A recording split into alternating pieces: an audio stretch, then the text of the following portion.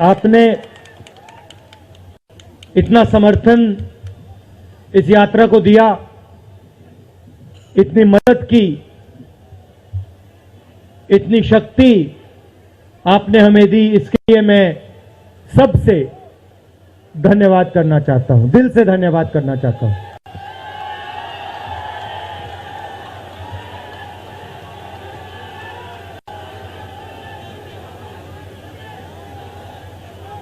इस यात्रा का लक्ष्य भारत को जोड़ने का है।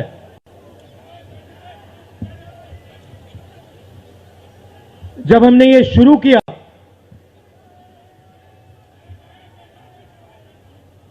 कन्याकुमारी में यात्रा शुरू की, तो मैं सोच रहा था कि नफरत को मिटाने की जरूरत है, और मेरे दिमाग में था कि इस देश में सब जगह नफरत फैली हुई है। मगर जब मैंने चलना शुरू किया तो सच्चाई बिल्कुल अलग थी। मैंने मीडिया के बारे में कहा, शुरुआत में कहा कि हमारे दोस्त हैं,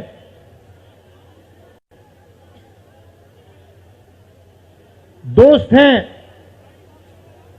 मगर हमारी बात टीवी पे कभी नहीं दिखाते हैं।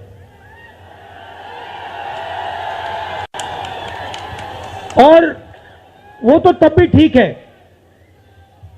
वो ठीक है, हमारी बात नहीं उठाएं तो ठीक है, कोई प्रॉब्लम नहीं है। मगर ये एक और काम करते हैं, इनकी गलती नहीं है। देखिए, ये जो यहां खड़े हैं, इनसे गुस्सा मत होइए, इनकी गलती नहीं है। देखिए, मुस्कुरा रहे हैं, ये जानते हैं लगाम लगी हुई है, पीछे से लगाम लगी हुई है।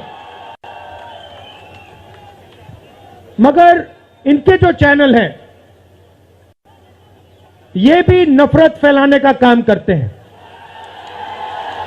24 घंटा हिंदू मुस्लिम, हिंदू मुस्लिम, हिंदू मुस्लिम, हिंदू मुस्लिम, हिंदू मुस्लिम। ये सच्चाई नहीं है भाइयों और बहनों। मैं चला हूं कन्याकुमारी से यहां तक, ये सच्चाई नहीं है। ये मीडिया में चलाया जाता है, फैलाया जाता है। ये देश एक है। इन सड़कों पे लाखों लोगों से मिला हूं, सारे के सारे एक दूसरे से मोहब्बत करते हैं, प्यार करते हैं, गले लगते हैं। तो सवाल उठता है, क्योंकि ये नहीं कर रहे हैं, इनके पीछे जो शक्ति है, इनके पीछे जो शक्ति है वो कर रही है। तो सवाल उठता है, ये क्यों हो रहा है? जब सच्चाई ये है कि देश का आम नागरिक, चाहे हिंदू हो, मुस्लिम हो, सिख हो, ईसाई हो, किसी भी जात का हो, वो एक दूसरे से प्यार करता है, मोहब्बत करता है, एक दूसरे की इज्जत करता है। 90% लोग इस देश के एक दूसरे से प्यार करते हैं, मोहब्बत करते हैं, इज्जत करते हैं। देखिए मेरे सामने, ये देखिए, घूम के देखिए, ये जैन मंदिर है, गुरुद्वारा है, मंदिर है, मस्जिद है। ये है हिंदुस्तान। ये सच्चाई है हिंदुस्तान की, और ये नई बात नहीं है, ये हजारों साल से इस देश की सच्चाई है। प्यार से ये देश मिलकर एक साथ रहा है। तो सवाल उठता है, ये जो मीडिया के लोग हैं, ये नहीं, जो इनके पीछे हैं, ये नफरत क्यों फैलाना चाहते हैं? आपने कभी पूछा अपने आप से कि मीडिया 24 घंटा कभी मोहब्बत की बात नहीं करेंगे? कभी आपने देखी है? कभी टीवी पे देखा कि देखो एक हिंदुस्तानी दूसरे हिंदुस्तानी से गले लग गया? कभी देखा? नहीं, कभी नहीं दिखेगा। सही बात है ना? सही बात। कभी नहीं दिखेगा। इसका कारण है भाइयों और बहनों, मैं आपसे पूछना चाहता हूं, आप में से किसी का कभी जेब काटा गया है? आपका जेब काटा गया? आपका जेब काटा गया? तो जब जेब काटा जाता है, आपका काटा गया ना, तो जब कोई आपका जेब काटता है तो वो क्या करता है? सबसे पहले उसे क्या करना पड़ता है? नहीं नहीं नहीं, ब्लेड तो बाद में आता है, मगर पहले क्या करता है? पहले वो आपके ध्यान को इधर करता है, आपके ध्यान को लेकर उधर ले जाता है। भाइयों और बहनों, ये जो करा जा रहा है आपके ध्यान को हटाने के लिए किया जा रहा है, और ये 24 घंटा करते हैं और फिर आपकी जेब काटी जाती है। बढ़िया बढ़िया, क्योंकि सच्चाई है। 24 घंटा हिंदू मुस्लिम, हिंदू मुस्लिम, हिंदू मुस्लिम, और फिर जो भी आपका पैसा है, किसानों का, मजदूरों का, आपके एयरपोर्ट, आपके पोर्ट, आपकी सड़कें,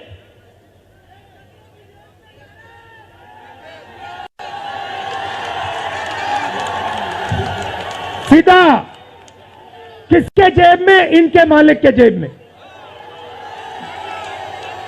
इनको कौन चलाते हैं? नाम बताओ।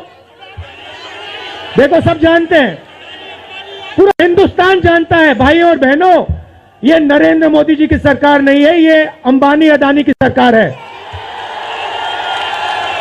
ये सच्चाई है, और ये पूरा पूरा लक्ष्य इनका आपके ध्यान को इधर से उधर, उधर से इधर करने का है। मैं 2800 किलोमीटर चला हूं, 2800, मुझे कहीं नफरत नहीं दिखी, कहीं हिंसा नहीं दिखी, कहीं मारपीट नहीं दिखी।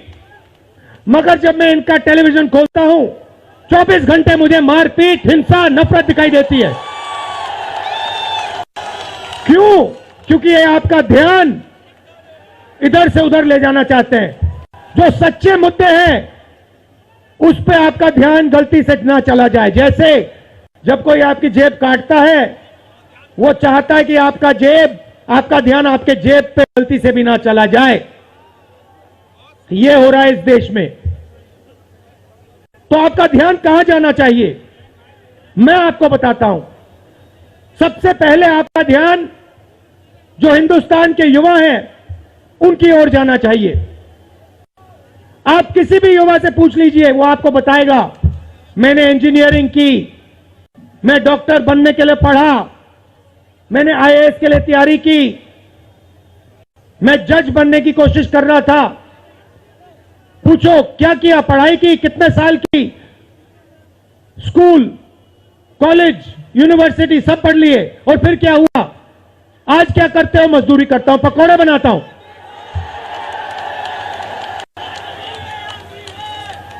बेरोजगारी क्यों आई? मैं आपको बताता हूं। और जो हमारे छोटे व्यापारी हैं, जो स्मॉल और मीडियम बिजनेस चलाते हैं, आप अच्छी तरह सुनिए, क्योंकि आप इस देश के भविष्य हो। अगर इस देश को कोई रोजगार दे सकता है तो इस देश का किसान और ये जो छोटे व्यापारी हैं और स्मॉल और मीडियम बिजनेसेस चलाते हैं, ये लोग हैं। क्यों? क्योंकि ये लाखों हैं, ये लाखों में हैं, और कोई 100 लोगों को रोजगार देता है, कोई 500 को देता है, कोई 1000 को देता है, कोई 25 को देता है, कोई 33 को देता है, और ये लोग देश को रोजगार देते हैं। अब इनकी बात करते हैं। ये 24 घंटे लगे रहते हैं, बैंक के दरवाजे इनके लिए बंद होते हैं। हिंदुस्तान के 2-3 अरबपतियों को 1 लाख करोड़, 2 लाख करोड़, 3 लाख करोड़ ऐसे दिया जाता है। ये बैंक के सामने जाते हैं, इनको धकेल के निकाल दिया जाता है। राइट? अब क्या, ठीक है, बैंक का पैसा नहीं दिया तभी मान ली बात, तब भी मान ली बात, मगर फिर क्या किया, फिर प्रधानमंत्री ने नोटबंदी की और प्रधानमंत्री ने गलत जीएसटी लागू की। भाइयों और बहनों, ये पॉलिसी नहीं है, ये हथियार है। छोटे व्यापारियों को, स्मॉल और मीडियम बिजनेस वालों को और किसानों को मारने के हथियार हैं ये। और जब इन्होंने ये काम किया तो देश के जो युवा हैं उनको रोजगार नहीं मिल सकता, सवाल नहीं उठता, क्योंकि जो रोजगार देने वाले हैं उनकी रीढ़ की हड्डी आपने तोड़ दी। किसके लिए तोड़ी, किसके लिए तोड़ी? इनके जो मालिक हैं उनके लिए तोड़ी। गेम को समझो। अब देखिए, अब आगे चलते हैं।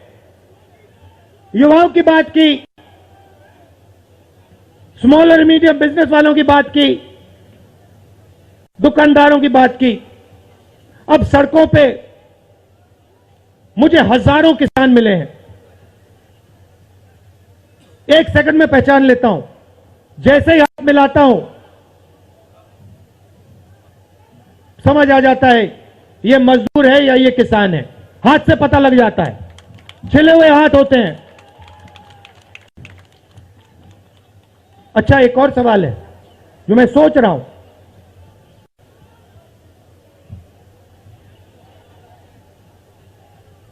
प्रेस वाले ने मुझे पूछा क्या आपको ठंड नहीं लगती? और मैंने सोचा ये मुझसे पूछ रहे हैं, हिंदुस्तान के किसान से क्यों नहीं पूछते? ये हिंदुस्तान के मजदूर से क्यों नहीं पूछते? ये हिंदुस्तान के गरीब बच्चों से क्यों नहीं पूछते? फिर कहते हैं देखो 2800 किलोमीटर चल लिए, कोई बड़ी बात नहीं है, पूरा हिंदुस्तान चलता है, जिंदगी भर चलता है, किसान चलता है, मजदूर चलता है, फैक्ट्री में जो काम करते हैं वो चलते हैं। तो हमने ये कोई बड़ा काम नहीं किया भाइयों और बहनें, पूरा हिंदुस्तान करता है, रोज करता है।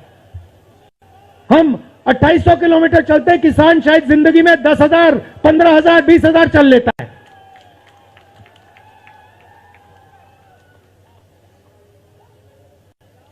तो मैं चाहता हूं कि ध्यान सही जगह जाए।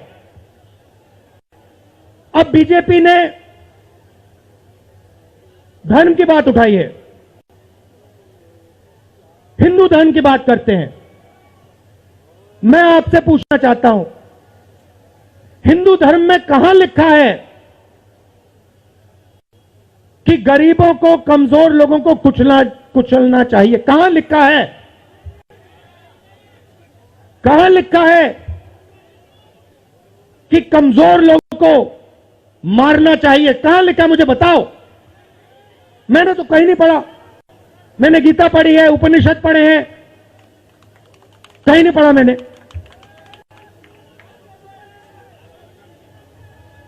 आपने पढ़ा कहीं?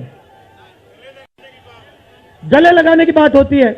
अच्छा ठीक है, देखिए अब ये लोग देश में डर फैला रहे हैं। नफरत नहीं दिखी मगर डर दिखा। किसके दिल में डर? किसान के दिल में, युवाओं के दिल में, छोटे दुकानदारों के दिल में, स्मॉल और मीडियम बिजनेस जो चलाते हैं उनके दिल में, माताओं बहनों के दिल में। मुझसे कहती है राहुल जी, बीजेपी की सरकार में हम तो सड़क पर, शाम को सड़क पर नहीं निकल सकते। तो डर फैला दिया है। सही सही। अच्छा, आपने शिव जी की फोटो देखी है? उसमें उनका हाथ ऐसे देखा आपने? इसको क्या कहते हैं? इसको क्या कहते हैं? इसको अभय मुद्रा कहते हैं। इसका मतलब क्या होता है? इसका मतलब होता है डरो मत। तो शिव जी कहते हैं डरो मत। हिंदू धर्म कहता है डरो मत। और ये लोग 24 घंटा इस देश में डर फैलाने की कोशिश करते हैं। अच्छा, एक और मजे की बात बताता हूं आपको। मैं सोच रहा था, आपने ये यात्रा देखी होगी, इसमें आपको हिंसा दिखी? नहीं दिखी? किसी ने किसी को मारा? किसी ने गाली दी? नहीं। आपने इसमें नफरत देखी? बिल्कुल नहीं। इसमें किसी ने यह पूछा भैया तुम्हारा धर्म क्या है? किसी ने कहा भाई तुम हिंदू हो, मुसलमान हो, सिख हो, ईसाई हो, क्या हो? नहीं। किसी ने यह पूछा तुम स्त्री हो या पुरुष हो? किसी ने यह पूछा तुम्हारी क्या जात है? बिल्कुल नहीं। कपड़े भी नहीं पूछे, कपड़े भी नहीं पूछे। अच्छा, इसमें आपने देखा होगा, पता नहीं आपने देखा या नहीं, इसमें कुत्ते भी आए। कुत्ते भी आए इसमें, कुत्ते आए। और आपने अगर आप टीवी देख रहे होते आपने एक चीज देखी होगी, कुत्ते को किसी ने नहीं मारा, किसी ने नहीं मारा। इसमें गाय भी आई, भैंस भी आए, सुअर भी आए। मैंने देखा वो तो सब जानवर आए, सब लोग आए और यहां पे कोई नफरत नहीं थी। जैसा हमारा हिंदुस्तान है वैसे ही ये यात्रा है। कोई नफरत नहीं, कोई हिंसा नहीं, कोई गलत सवाल नहीं। कभी कभी कोई गिर जाता, जैसे हमारे हरियाणा के पीसीसी गिरे, धड़ाम से गिरे, केरला के सब नेता गिर गए। 1 सेकंड में लोग उनको उठा लेते थे, 1 सेकंड में, टाइम नहीं लगता था। यह है हिंदुस्तान। नहीं, देखिए, मैं आपको एक बात बताता हूं, सच्चाई समझनी होगी। सच्चाई यह है कि जैसे इन पर लगाम लगी हुई है वैसे हिंदुस्तान के प्रधानमंत्री पे भी लगाम लगी हुई है। उनकी गलती नहीं है, वो संभाल नहीं पा रहे हैं, कंट्रोल नहीं कर पा रहे हैं, उनको कंट्रोल कर दिया है। नहीं, मैं सच बोल रहा हूं, मैं सच बोल रहा हूं। क्योंकि आप देखिए, एयरपोर्ट भी उनके, पोर्ट भी उनके, एग्रीकल्चर के स्टोरेज डिपो भी उनके, और क्या उनका, हाँ,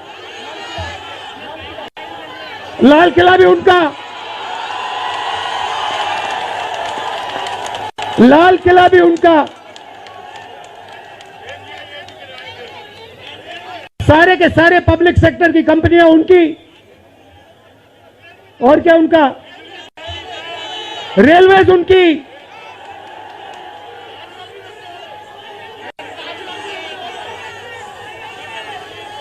अभी भाइयों और बहनों, ताजमहल भी चला जाएगा, तो सब कुछ उनका।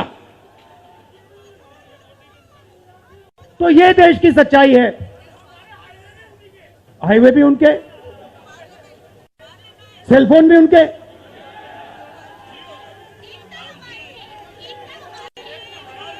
मगर सच्चाई हमारी। आप देखिए, मैं आपको बताता हूं, आपको मैं बताता हूं, अपनी कहानी बताता हूं। जब मैं राजनीति में आया, 2004 में आया, हमारी सरकार थी, चुनाव जीते थे, और ये प्रेस वाले 24 घंटा मेरी प्रशंसा करते थे। 24 घंटा राहुल गांधी, राहुल गांधी, राहुल गांधी, राहुल गांधी। फिर मैंने क्या किया, मैं चला गया भट्टा परसोल।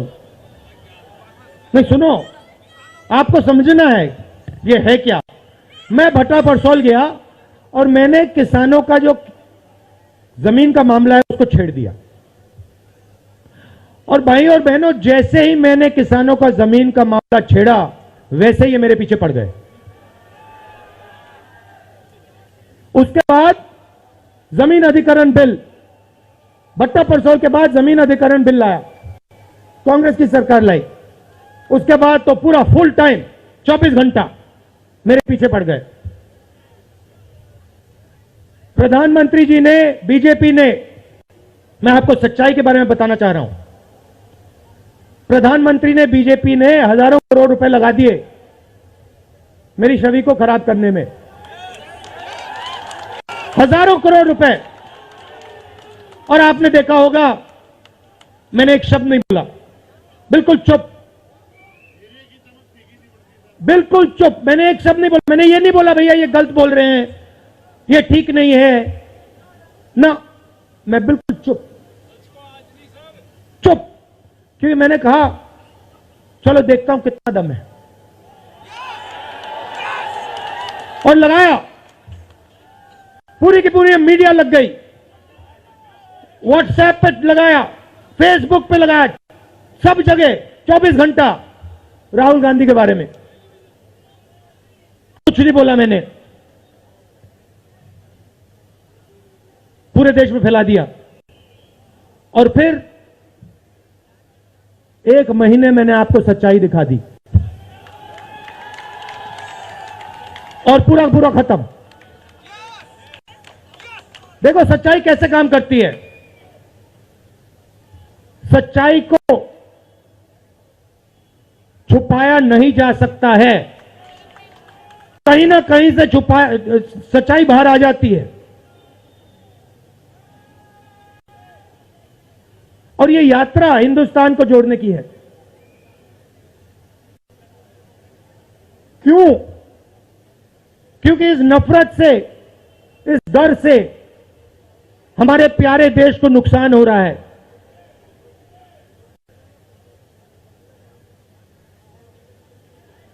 यह सच्चाई है और इसीलिए हमने ये यात्रा कन्याकुमारी से लेकर कश्मीर तक शुरू की है। और ये जो हमारा तिरंगा है इसको हम श्रीनगर में जाके वहां पे लहराएंगे। और आप में से हजारों लोग हमारे साथ चलोगे, हजारों लोग चलोगे।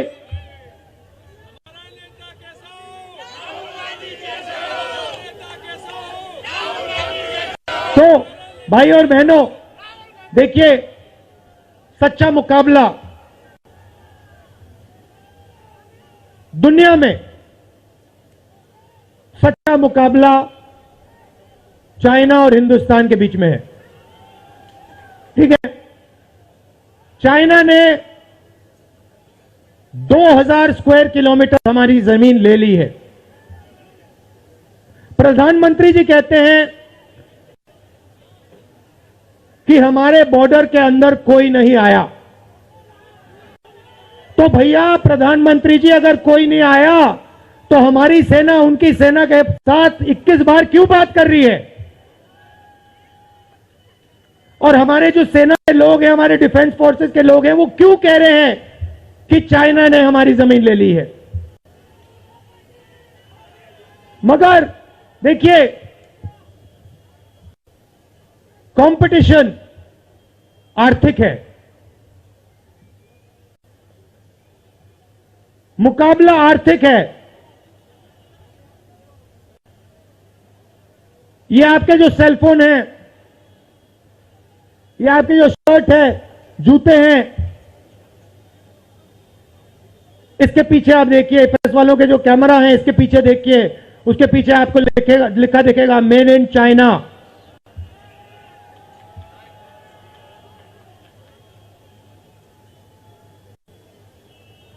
हमें शर्ट के पीछे, सेलफोन के पीछे, जूतों के नीचे मेड इन इंडिया लिखना है। और एक ऐसा दिन आना चाहिए जब शंघाई में कोई युवा नए जूते खरीदे, उसके नीचे देखे made in new Delhi India. ये हिंदुस्तान चाहिए, इसी से हमारे युवाओं को रोजगार मिलेगा। तो ये करना ही पड़ेगा, चॉइस नहीं है। और ये हम करके दिखा देंगे। ये देश कर सकता है, करके दिखा सकता है। आप सबने इतना प्यार दिया,